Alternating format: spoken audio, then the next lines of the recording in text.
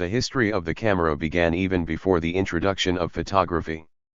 Cameras evolved from the camera obscura through many generations of photographic technology, daguerreotypes, colotypes, dry plates, film, to the modern day with digital cameras and camera phones.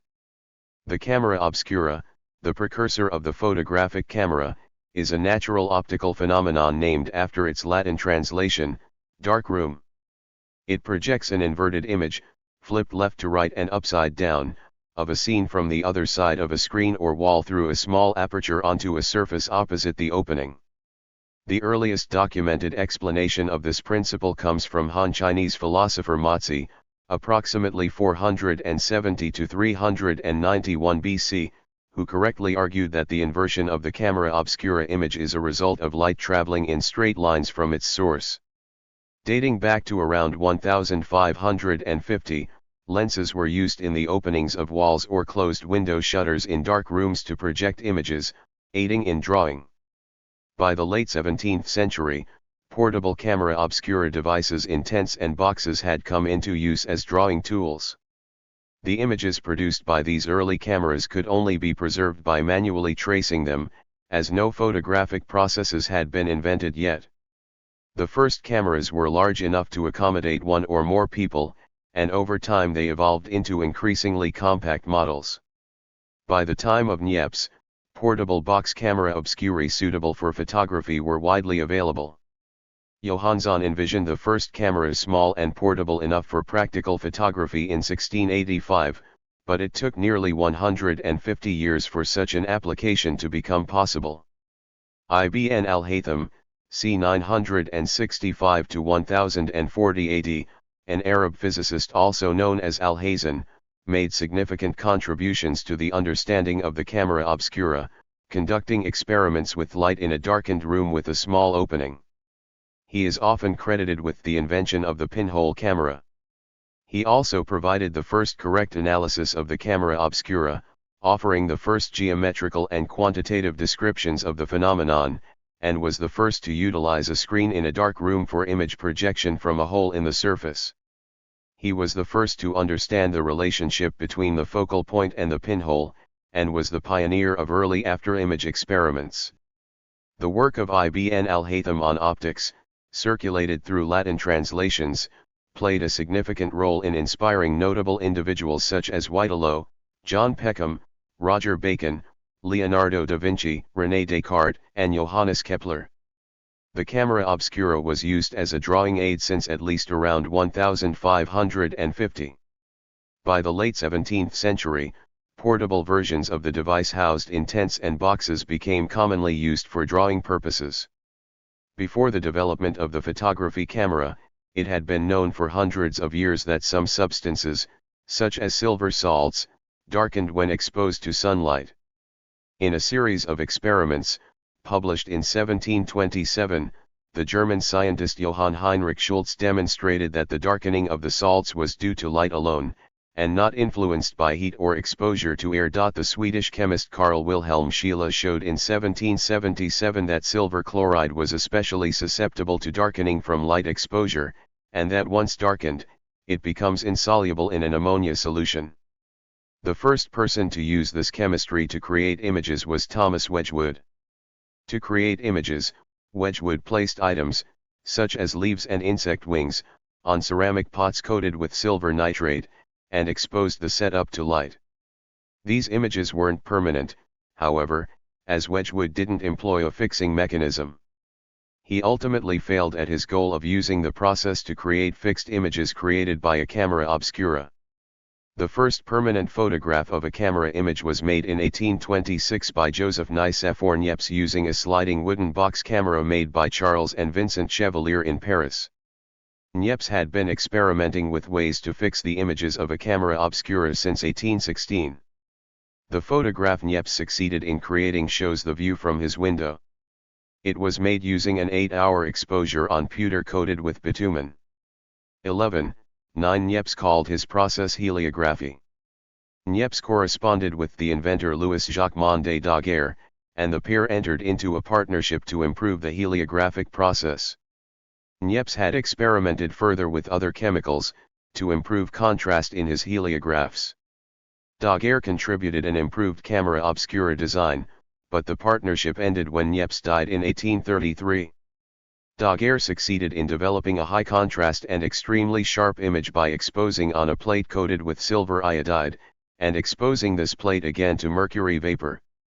By 1837, he was able to fix the images with a common salt solution.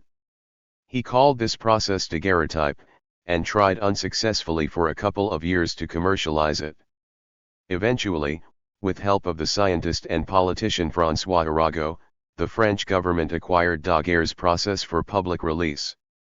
In exchange, pensions were provided to Daguerre as well as Niepce's son, Isidore. In the 1830s, the English scientist William Henry Fox Talbot independently invented a process to capture camera images using silver salts.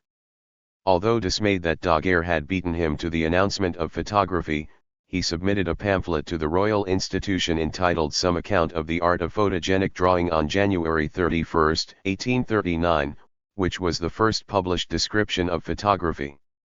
Within 2 years, Talbot developed a two-step process for creating photographs on paper, which he called colotypes. The colotype process was the first to utilize negative printing, which reverses all values in the reproduction process. Black shows up as white and vice versa. Negative printing allows, in principle, an unlimited number of positive prints to be made from the original negative. The colotype process also introduced the ability for a printmaker to alter the resulting image through retouching of the negative.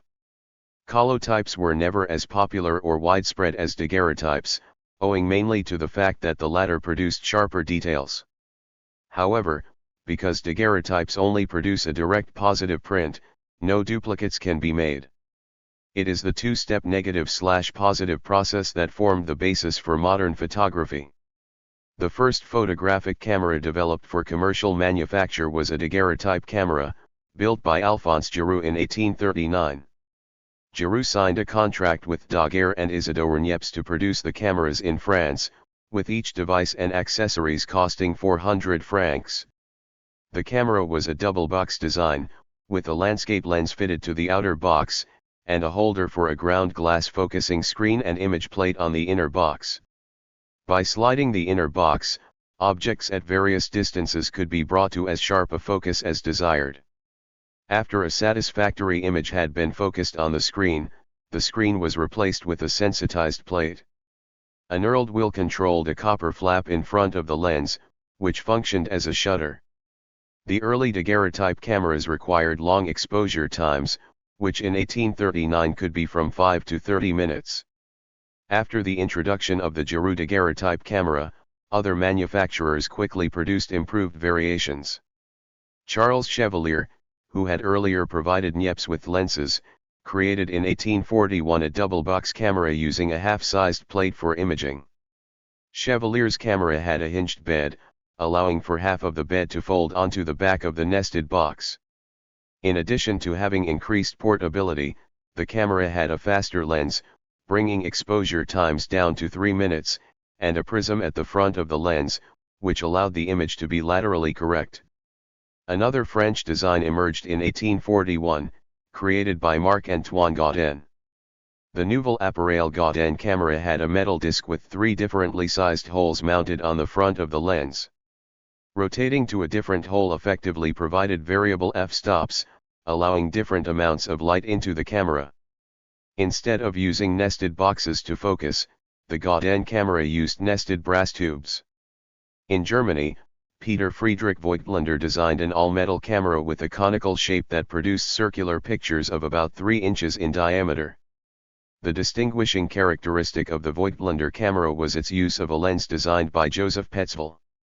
The f/3.5 Petzval lens was nearly 30 times faster than any other lens of the period, and was the first to be made specifically for portraiture.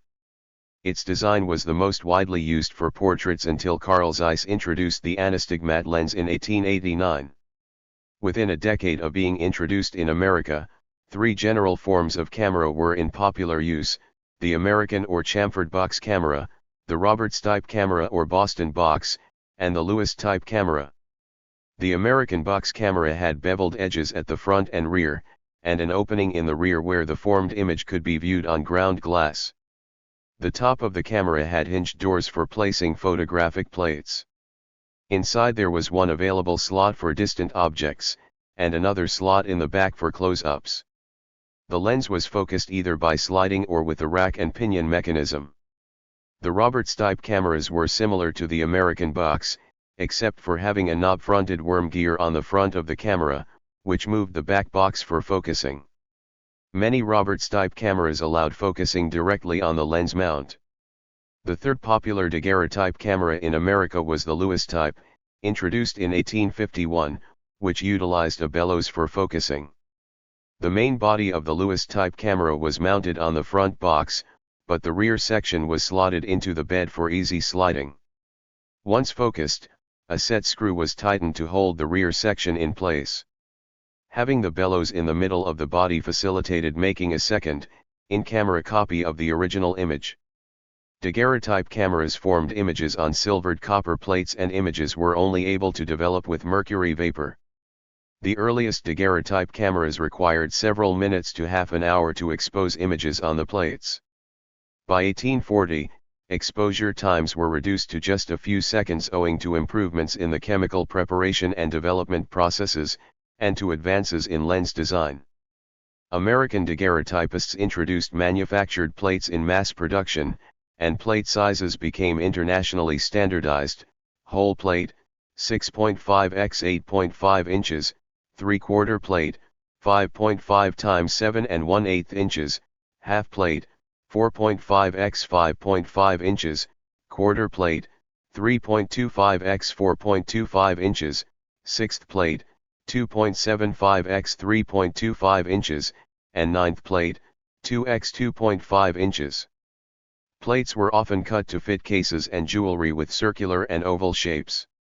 Larger plates were produced, with sizes such as 9 x 13 inches, double hole plate, or 13.5 x 16.5 inches, Southworth and Hawes plate. The collodion wet plate process that gradually replaced the daguerreotype during the 1850s required photographers to coat and sensitize thin glass or iron plates shortly before use and expose them in the camera while still wet. Early wet plate cameras were very simple and little different from daguerreotype cameras, but more sophisticated designs eventually appeared. The de Broglie of 1864 allowed the sensitizing and developing of the plates to be carried out inside the camera itself rather than in a separate darkroom. Other cameras were fitted with multiple lenses for photographing several small portraits on a single larger plate, useful when making cartes de visite. It was during the wet plate era that the use of bellows for focusing became widespread, making the bulkier and less easily adjusted nested box design obsolete. For many years, exposure times were long enough that the photographer simply removed the lens cap, counted off the number of seconds, or minutes, estimated to be required by the lighting conditions, then replaced the cap. As more sensitive photographic materials became available, cameras began to incorporate mechanical shutter mechanisms that allowed very short and accurately timed exposures to be made. The use of photographic film was pioneered by George Eastman, who started manufacturing paper film in 1885 before switching to celluloid in 1889. His first camera, which he called the Kodak, was first offered for sale in 1888. It was a very simple box camera with a fixed focus lens and single shutter speed, which along with its relatively low price appealed to the average consumer. The Kodak came preloaded with enough film for 100 exposures and needed to be sent back to the factory for processing and reloading when the roll was finished. By the end of the 19th century, Eastman had expanded his lineup to several models including both box and folding cameras. Films also made possible capture of motion, cinematography, establishing the movie industry by the end of the 19th century. The first partially successful photograph of a camera image was made in approximately 1816 by Nicéphore Niepce, using a very small camera of his own making and a piece of paper coated with silver chloride, which darkened where it was exposed to light. No means of removing the remaining unaffected silver chloride was known to Niepce, so the photograph was not permanent, eventually becoming entirely darkened by the overall exposure to light necessary for viewing it. In the mid-1820s, Niepce used a wooden box camera made by Parisian opticians Charles and Vincent Chevalier, to experiment with photography on surfaces thinly coated with bitumen of Judea. 21 The bitumen slowly hardened in the brightest areas of the image. The unhardened bitumen was then dissolved away. One of those photographs has survived. After Niepce's death in 1833, his partner Louis Daguerre continued to experiment and by 1837 had created the first practical photographic process, which he named the daguerreotype and publicly unveiled in 1839. Daguerre treated a silver-plated sheet of copper with iodine vapor to give it a coating of light-sensitive silver iodide. After exposure in the camera, the image was developed by mercury vapor and fixed with a strong solution of ordinary salt, sodium chloride. Henry Fox Talbot perfected a different process, the collotype, in 1840. As commercialized, both processes used very simple cameras consisting of two nested boxes. The rear box had a removable ground glass screen and could slide in and out to adjust the focus. After focusing, the ground glass was replaced with a light-tight holder containing the sensitized plate or paper and the lens was capped. Then the photographer opened the front cover of the holder, uncapped the lens, and counted off as many minutes as the lighting conditions seemed to require before replacing the cap and closing the holder. Despite this mechanical simplicity, high-quality achromatic lenses were standard. Collodion dry plates had been available since 1857, thanks to the work of Desire van Munkhoven, but it was not until the invention of the gelatin dry plate in 1871 by Richard Leach Maddox that the wet plate process could be rivaled in quality and speed. The 1878 discovery that heat ripening a gelatin emulsion greatly increased its sensitivity finally made so-called instantaneous snapshot exposures practical. For the first time, a tripod or other support was no longer an absolute necessity. With daylight and a fast plate or film, a small camera could be handheld while taking the picture. The ranks of amateur photographers swelled and informal candid portraits became popular. There was a proliferation of camera designs, from single and twin lens reflexes to large and bulky field cameras, simple box cameras, and even detective cameras disguised as pocket watches, hats, or other objects. The short exposure times that made candid photography possible also necessitated another innovation, the mechanical shutter. The very first shutters were separate accessories, though built-in shutters were common by the end of the 19th century. The use of photographic film was pioneered by George Eastman, who started manufacturing paper film in 1885 before switching to celluloid in 1888 to 1889.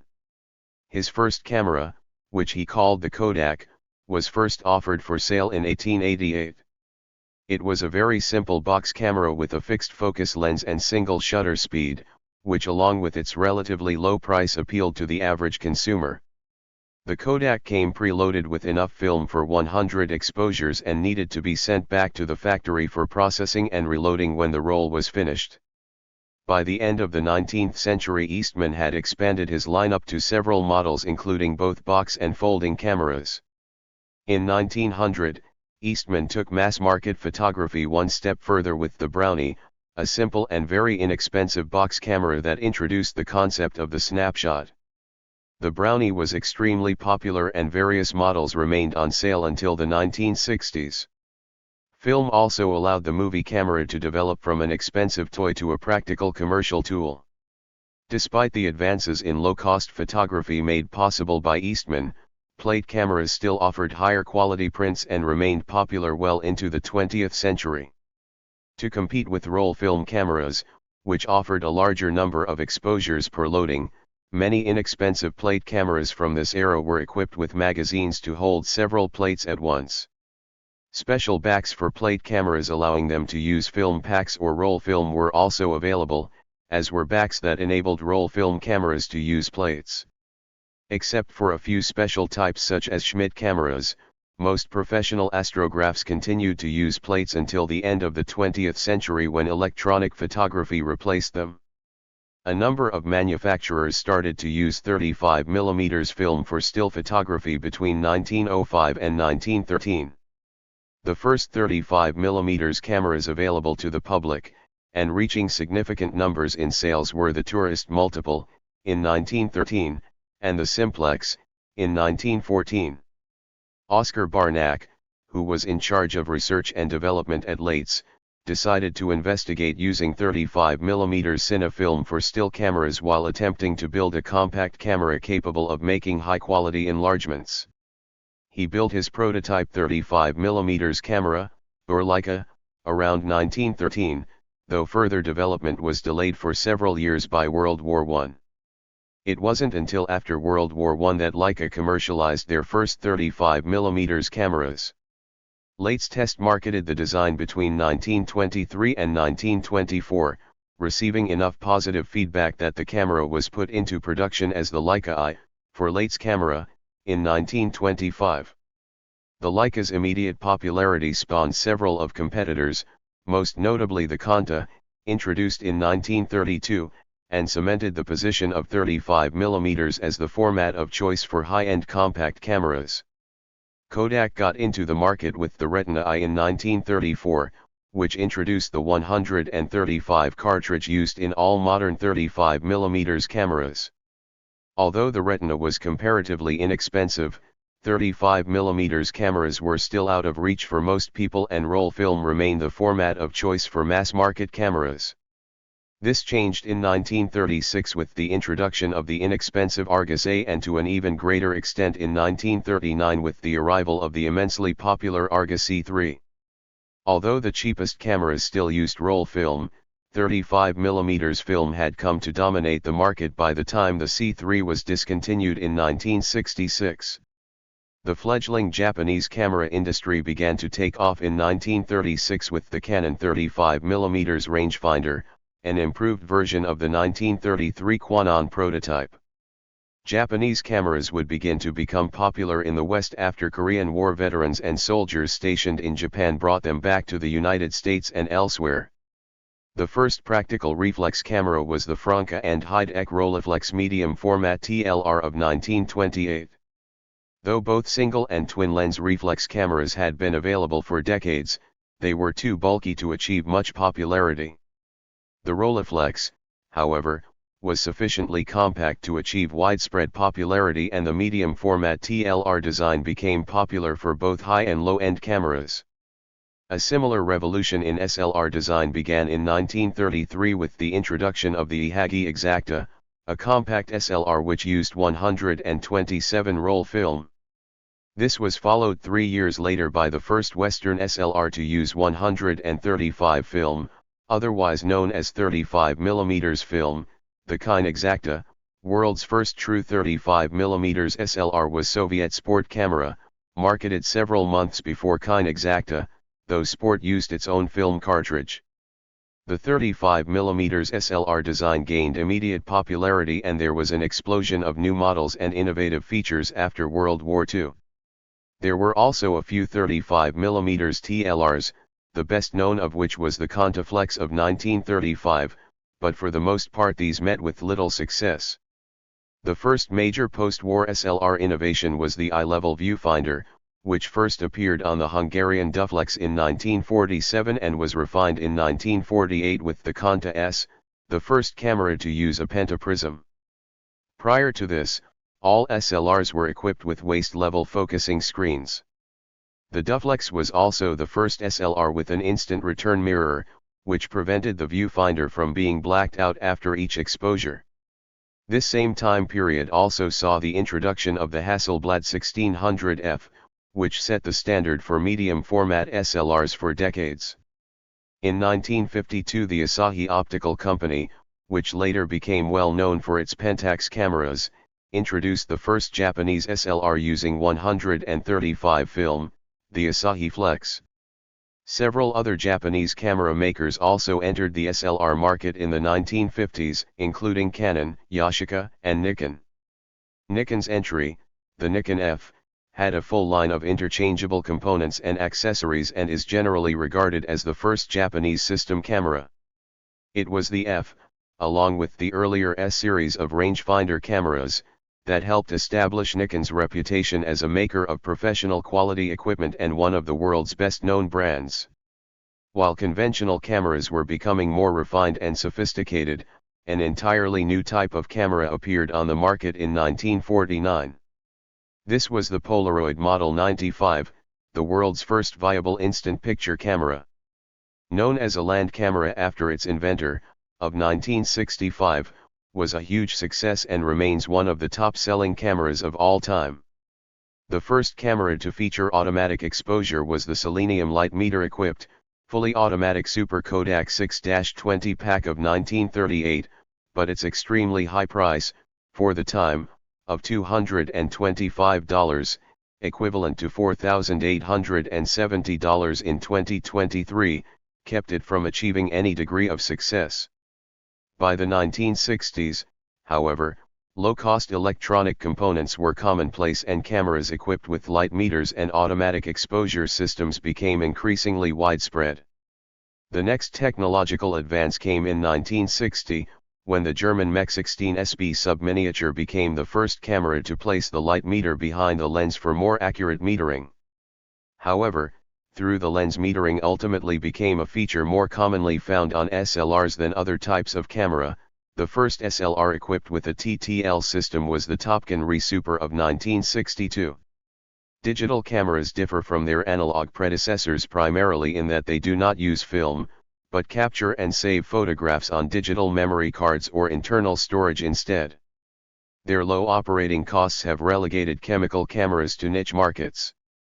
Digital cameras now include wireless communication capabilities, for example Wi-Fi or Bluetooth, to transfer, print, or share photos, and are commonly found on mobile phones.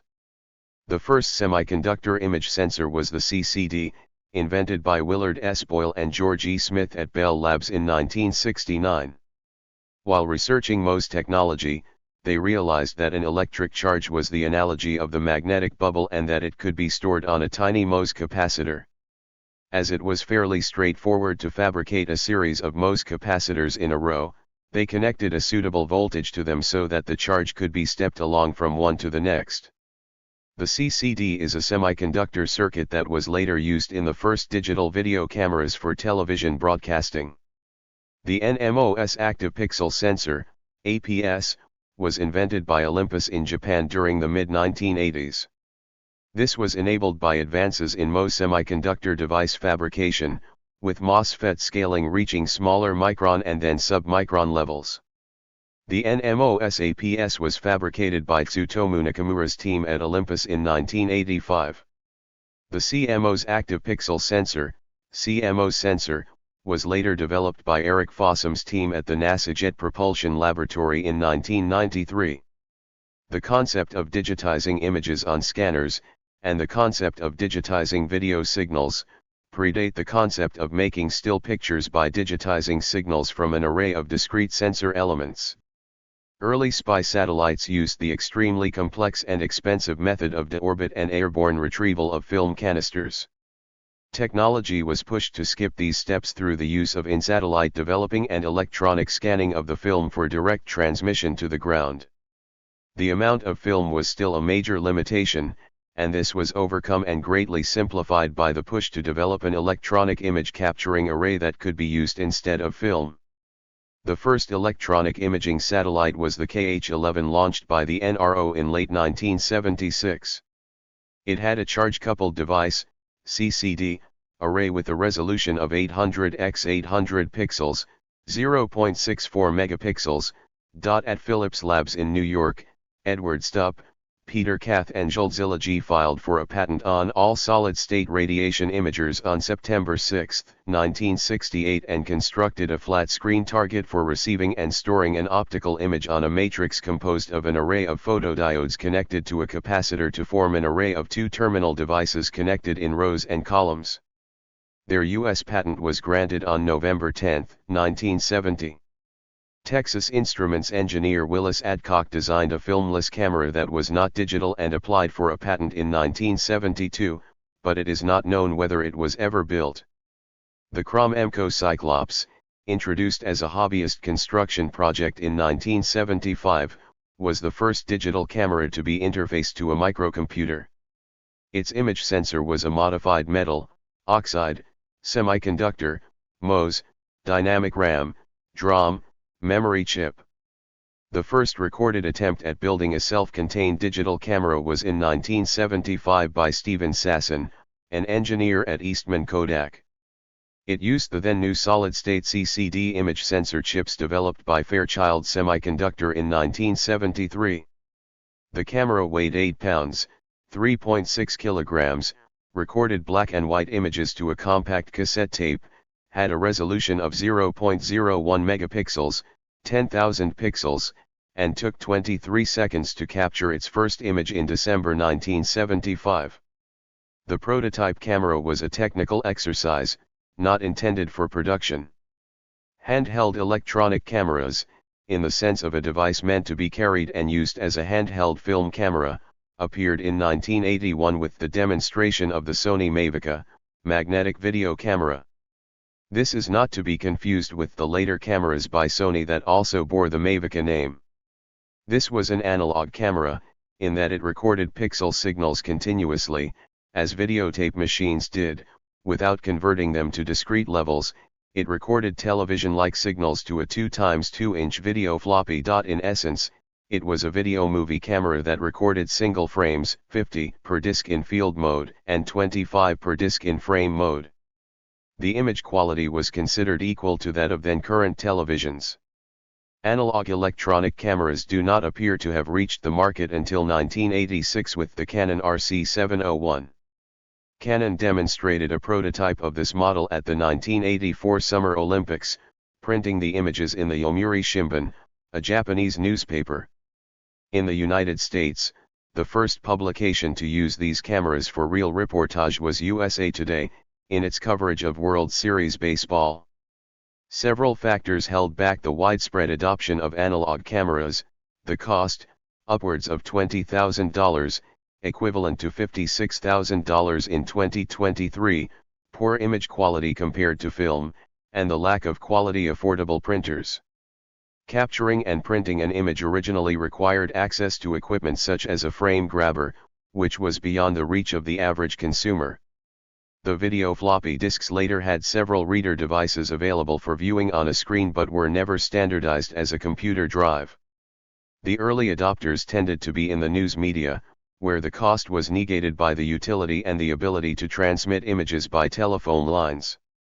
The poor image quality was offset by the low resolution of newspaper graphics. This capability to transmit images without a satellite link was useful during the 1989 Tiananmen Square protests and the first Gulf War in 1991.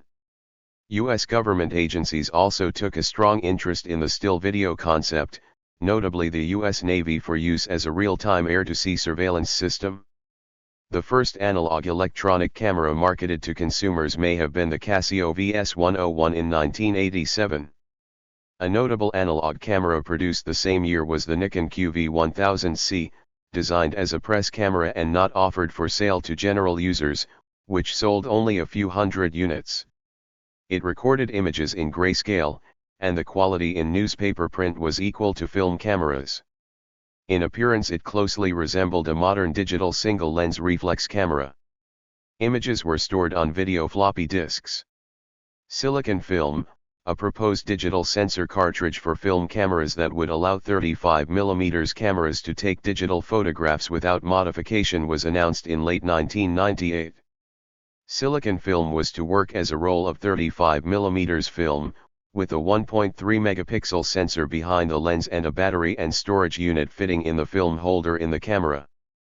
The product, which was never released, became increasingly obsolete due to improvements in digital camera technology and affordability. Silicon Film's parent company filed for bankruptcy in 2001. By the late 1970s, the technology required to produce truly commercial digital cameras existed. The first true portable digital camera that recorded images as a computerized file was likely the Fuji DS1P of 1988, which recorded to a 2 MB SRAM, static RAM, memory card that used a battery to keep the data in memory. This camera was never marketed to the public. The first digital camera of any kind ever sold commercially was possibly the Megavision Tessera in 1987, though there is not extensive documentation of its sale known.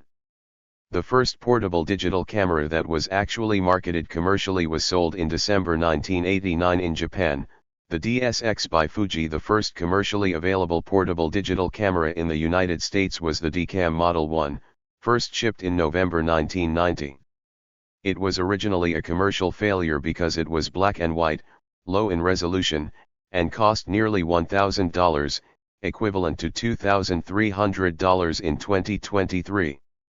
It later saw modest success when it was resold as the Logitech Photoman in 1992. It used a CCD image sensor, stored pictures digitally, and connected directly to a computer for download. Nikon was interested in digital photography since the mid-1980s. In July 1986, while presenting to Photokina, Nikon introduced an operational prototype of the first SLR-type digital camera, still video camera, manufactured by Panasonic.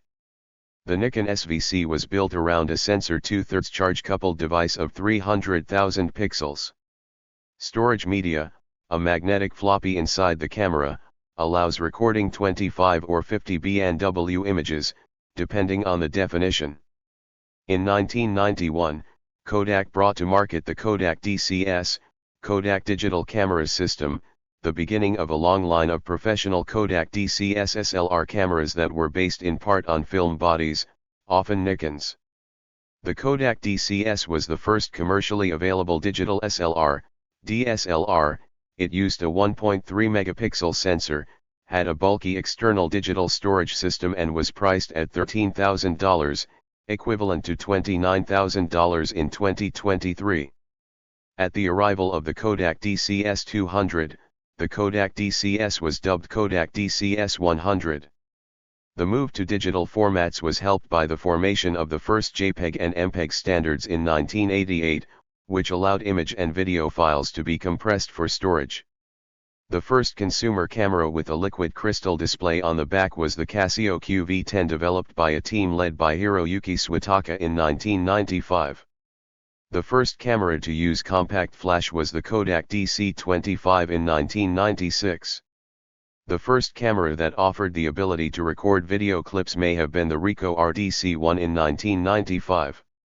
In 1995, Minolta introduced the RD-175, which was based on the Minolta 500 SISLR with a splitter and 3 independent CCDs. This combination delivered 1.75 m pixels. The benefit of using an SLR base was the ability to use any existing Minolta AF mount lens. 1999 saw the introduction of the Nikon D1, a 2.74 megapixel camera that was the first digital SLR developed entirely from the ground up by a major manufacturer, and at a cost of under $6,000, equivalent to $12,000 in 2023, at introduction was affordable by professional photographers and high-end consumers. This camera also used Nikon F-mount lenses, which meant film photographers could use many of the same lenses they already owned. Digital camera sales continued to flourish, driven by technology advances. The digital market segmented into different categories: compact digital still cameras, bridge cameras, mirrorless compacts, and digital SLRs. Since 2003, digital cameras have outsold film cameras, and Kodak announced in January 2004 that they would no longer sell Kodak-branded film cameras in the developed world, and in 2012 filed for bankruptcy after struggling to adapt to the changing industry. The first commercial camera phone was the Kyocera Visual Phone VP210, released in Japan in May 1999. It was called a mobile video phone at the time, and had a 110,000 pixel front-facing camera. It stored up to 20 JPEG digital images, which could be sent over email, or the phone could send up to 2 images per second over Japan's Personal Handy Phone System, PHS, cellular network. The Samsung SCHV200, released in South Korea in June 2000, was also one of the first phones with a built-in camera. It had a TFT liquid crystal display, LCD, and stored up to 20 digital photos at 350,000 pixel resolution. However, it could not send the resulting image over the telephone function, but required a computer connection to access photos. The first mass-market camera phone was the JSH-04, a Sharp J phone model sold in Japan in November 2000. It could instantly transmit pictures via cell phone telecommunication. One of the major technology advances was the development of CMOS sensors, which helped drive sensor costs low enough to enable the widespread adoption of camera phones. Smartphones now routinely include high-resolution digital cameras. Thank you for watching this video.